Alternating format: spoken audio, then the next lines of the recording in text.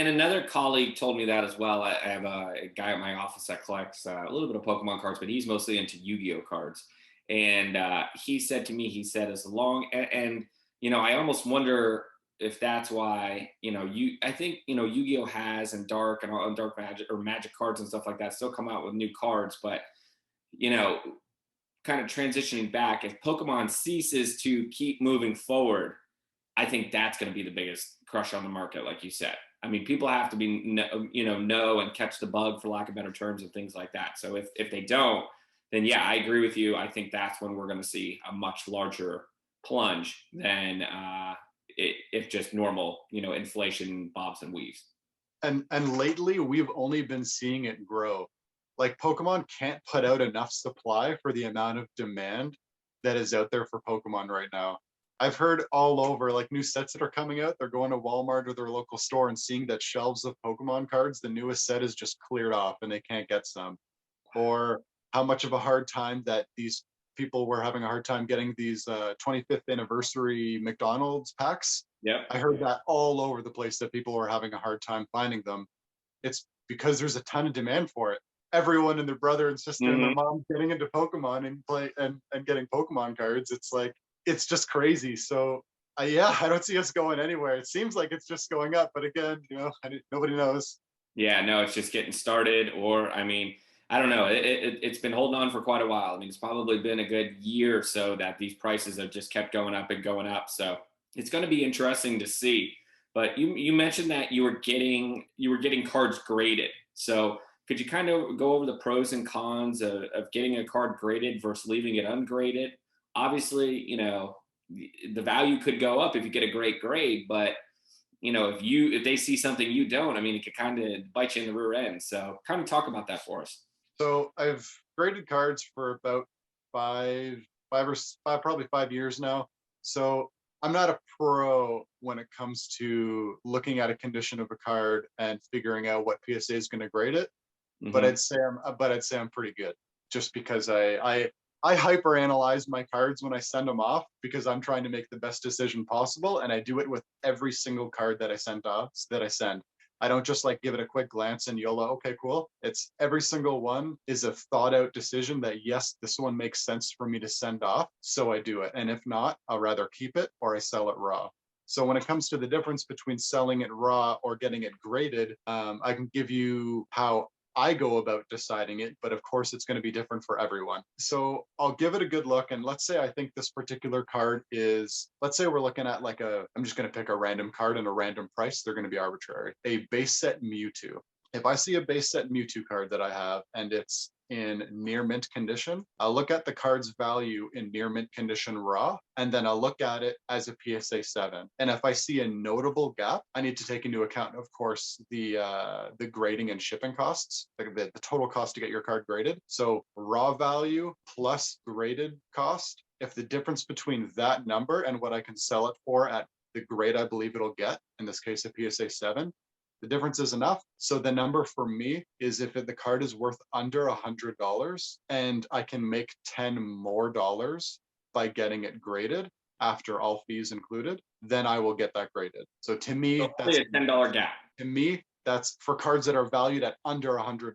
So to me, I look at that. I expect to get my cards back in a year, and I think so. If it's exactly 100 and I get $10 more for getting it graded, that's only 10%. If it's $50, but I make $10 more getting it graded, that's 20%. So it totally changes depending on where we are on that range. But to me, if I expect to get my cards back in a year from grading, I'm happy with that return. That 10+% return, I think that's great. And again, of course, it changes depending on the card. That range will also change depending on how valuable the card is. So if the card is, I don't actually get that many cards that are in the 500 plus range that are raw that I get graded. Once in a while, like the Darkness Ablaze Charizards, I'll send those out for grading if they're pack fresh and they look good, just because the difference between a 9 and a 10 is notably dramatic, and sometimes it's hard for me to tell the difference between some of the new cards with the centering that comes out, or the centering that they're printed with. Sometimes they're slightly off and it's like just on the cusp between a 9 and a 10. So I'll take that gamble and I'll send it anyways. But that's the rough rule that I go by when I decide to sell cards. And then if I do decide to or sell or grade, so if I decide to sell it raw and I think that it's just not worth me tying up that equity and waiting a year for that return, then yeah, I'll just sell it raw. Okay. Got it. Got it. And how quick are you getting turnaround from PSA these days?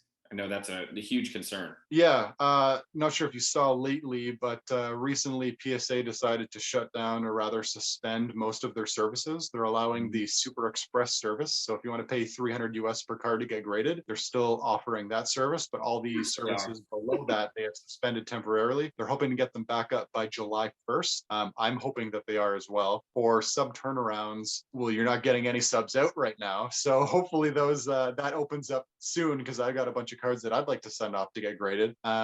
The recent sub that I did get back, I had done it was a quarterly special in June 2020, and I got those back, I believe it was last month in Wow. March. And so it was like 8 or 9 months, 9 months, I think. So it was a pretty long wait. And I've also heard that some people have been waiting a little bit longer. So we'll see how it goes. Hopefully PSA opens up and is finding a way to handle more cards that are coming in. I mean, I found out that PSA, right before they suspended it, 3 days before they suspended those services up until Super Express, they received 600,000 cards within those 3 days prior.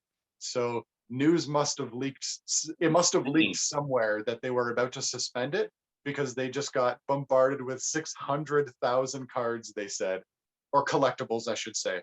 So probably cards, but yeah, insane. That's so insane. There's that. Yeah. No, that's something. So I know that the last thing that I saw, and I haven't followed it too closely, is that I know they were trying to hire graders like as quickly as possible. And it looks like from what you're saying, they couldn't find enough of them, so they just went to the express service for a while. So well, they've gone and done several hiring phases over the last several years, at least a year and a half that I've been kind of keeping a little bit of track on. They know that they're busy. They've been hiring people, but they can't just hire anybody. They need to keep their standard for integrity on the cards grading and trying to keep those grades consistent. So they don't want to jeopardize the grade integrity and their name, because their name and reputation of PSA is what has brought them to where they are today. And if they start sacrificing quality or consistency too much, then I think that things are going to change. But they don't want to do that. So while they are hiring and looking to hire a lot of people, they're not just taking on anybody. Yeah, no, I get that completely. So, and at $300 a card, and I don't want to get called out in the comments for my on-air math, but even if you had 10,000 cards, that's what, $3 million in revenue that would be. I mean, that is need to pull out the calcs, not sure off the top of my head. Yeah, I mean, it's like, I mean, that is just insane. Like, I mean, it's incredible. So, and with that, so do you think, I know, you collecting vintage boxes and packs, is there more value in buying packs, or is there more value in buying individual cards? And I would imagine it would be if you're a gambler or not. Well, you did say value, so there's a variety of different perspectives for this. So here's mine. If you are looking to complete binder sets, or you just want the card, you want a particular card, you want the Darkness Ablaze Charizard, let's say, you don't want to open packs until you get that one card that you want, if that's the only card that you want. Because you'll need to open long term, you'll spend way more money on packs in an effort to get that card than it would cost you to just buy that card outright. So if you're looking to gamble and you're looking to have a good time and open some packs, and just a quick side tangent, Pokemon's about having fun and opening packs and getting that feeling of pulling a great card. I remember there's value in that as well. It's not monetary, it's all like nostalgia and fun, but there is value in that. So I definitely don't want to take away from that, because opening packs is the absolute best. I love it. I never get to open vintage packs, almost never, but recently I did. We can talk about that in a few minutes if you want, but yeah.